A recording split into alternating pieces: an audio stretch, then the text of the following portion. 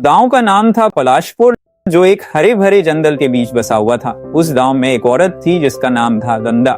गंगा का जीवन कठिनाइयों से भरा था। बचपन से ही उसके माता पिता का देहांत हो गया था और उसकी शादी जबरन एक ऐसे आदमी से कर दी गई थी जो शराबी और अत्याचारी था। गंगा ने हर दिन मार और तानों के साथ बिताया, पर वह चुपचाप सब सहती रही।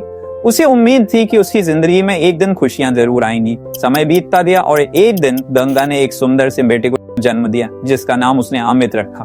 अमित उसकी जिंदगी की आखिरी उम्मीद था, उसके जीने का एकमात्र सहारा। वह उसे हर मुश्किल से बचाने की कोशिश करती और उसके लिए दिन रात मेहनत करती। उसके पति की क्रूरता और बढ़ती गई, लेकिन गंगा ने अपने बेटे के लिए सब सहा। जब अमित 8 साल का था, तब गंगा का पति एक रात अचानक शराब के चलते स्वर्ग लोक सेवा में लीन हो गया।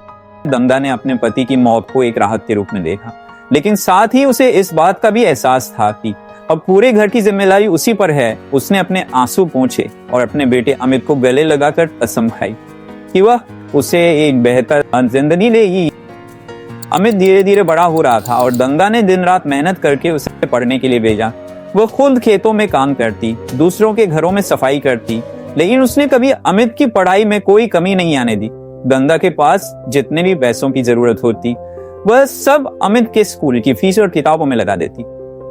अमित भी अपनी माँ की मेहनत और संघर्ष को देखकर पढ़ाई में हमेशा अव्वल।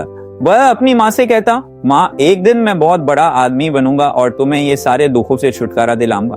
गंगा उसकी बात सुनकर मुस्कुरा देती, लेकिन उसके दिल में ये डर हमेशा बना रहता था कि कहीं उसकी किस्मत फिर से कोई बुरा मोड़ न ले। कुछ साल बाद अमित ने अपनी पढ़ाई पूरी की और उसे शहर में एक अच्छी नौकरी मिल गई। गंगा की खुशियों का कोई ठिकाना नहीं था। उसका सपना पूरा होता दिख रहा था। अमित ने शहर जाकर खुद के लिए एक अच्छा घर लिया और गंगा को भी अपने साथ ले जाने का वादा किया। एक दिन अमित गांव वापस आया और गंगा से कहा, माँ, अब तुम्हें यहाँ और तकलीफ नहीं उठानी पड़ेगी। मैं तुम्हें अपने साथ शहर ले जाऊंगा, वहां तुम आराम से रहोगी। गंगा की आंखों में आंसू आ गए, लेकिन ये आंसू खुशी के थे। उसने सोचा, इतने सालों की मेहनत और संघर्ष का आज फल मिल रहा है। वो बहुत खुश थी कि अब वह अपने बेटे के साथ एक नई जिंदगी शुरू करेगी। अगले दिन गंगा ने अपने पुराने छोटे से घर को आखिरी बार देखा, सब कुछ पैक किया और अमित के साथ शहर के लिए निकल पड़ी। शहर पहुंचते ही गंगा को नया माहौल अजीब सा लगा, लेकिन अमित के साथ होने से उसे हिम्मत मिली। वह कुछ दिनों तक वहीं रही, लेकिन धीरे धीरे उसकी तबीयत बिगड़ने लगी।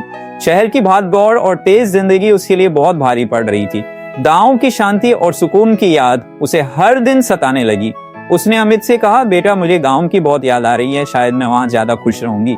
अमित ने उसकी बात समझी और उसे फिर से गांव वापस छोड़ने का निर्णय लिया। गंगा को अब एहसास हो गया था कि भले ही वो अपने बेटे के लिए शहर चली आई थी, लेकिन उसकी आत्मा गांव के ही साथ जुड़ी हुई। गांव लौटने के बाद गंगा का स्वास्थ्य और बिगड़ने लगा। अमित जब भी समय निकाल पाता, वह उसे देखने आता, लेकिन उसकी नौकरी की मजबूरियों ने उसे हर समय माँ के पास रहने से रोक रखा था। एक रात गंगा ने दरवाजे पर बैठकर आकाश की ओर देखा। उसे अपने पति, अपने संघर्ष और अपने बेटे के लिए की गई हर कुर्बानी की याद आई। उसकी आंखों से आंसू बहने लगे।